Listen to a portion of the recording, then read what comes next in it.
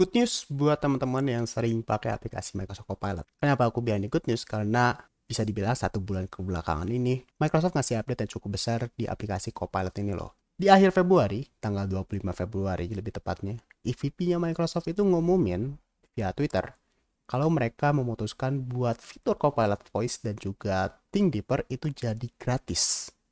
Sebenarnya bukan gratis, tapi unlimited.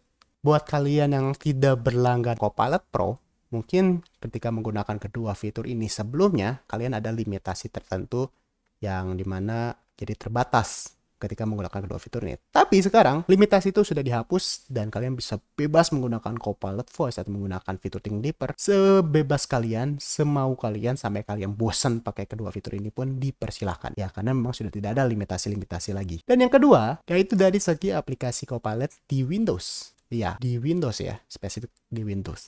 Kenapa? Karena mereka via blognya di Windows Insider umumin kalau ada update di aplikasi Microsoft Copilot pada tanggal 3 Maret 2025. Update ini berupa dari refresh design, yang dimana desainnya lebih sekarang lebih to the point, langsung ke chat dibanding ke home-nya dulu. Dan yang kedua, nah ini yang kedua ini ya, ini bagi aku ini sebuah yang cukup bahagia.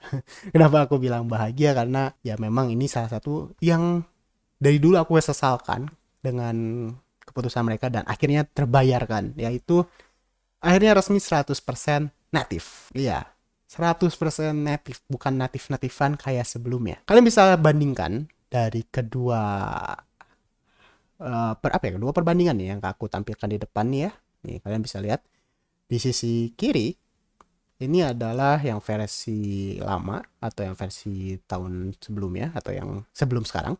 Dan kanan itu ada versi terbaru dan kalian bisa lihat jika di versi yang lama dari instance dari Copilot ini ada beberapa instance atau ada program-program yang dieksekusi seperti WebView khususnya, yang dimana kalian bisa lihat penggunaan RAM-nya itu cukup banyak sekali, yaitu sekitar 500 MB.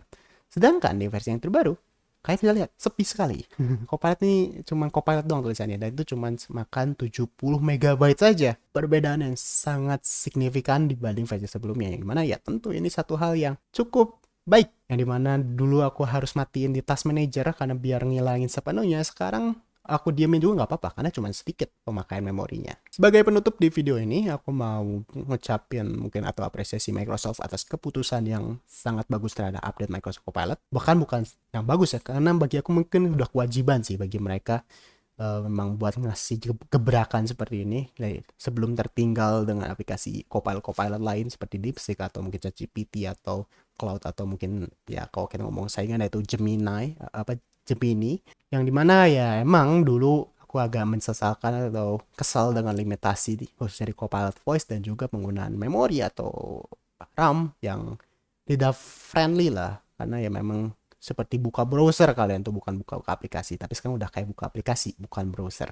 Dan aku berharap kedepannya Microsoft bisa ngasih update khususnya pada kejernihan kualitas suara di Copilot Voice, karena hasil suara yang diberikan tuh masih jauh dari kata jernih. Bukan robotnya ya, tapi suaranya, jernihan suara ya, bukan robot atau naturalnya, tapi kejernihan suara itu masih jauh dari kata jernih jika dibandingkan kompetitor katakanlah seperti Gemini Live. Dan juga aku berharap di Windows, di aplikasi Copilot yang Windows, itu bisa membalikan kembali fitur-fitur yang integrasi langsung ke Windows seperti minta light mode, dark mode, meminta mengaktifkan atau setting alarm dan sebagainya, dimana dulu ini adalah jadi poin plus Copilot pada saat itu di tahun dulu 1 tahun atau 2 tahun sebelumnya, ya dimana fiturnya dihilangkan ketika mereka akhirnya fokus ke web. Tapi memang sekarang di update terbaru bisa dibilang Microsoft ngasih sneak peek lah, kayak akan sneak peek atau kode mungkin kedepannya akan mengembalikan fitur-fitur itu lagi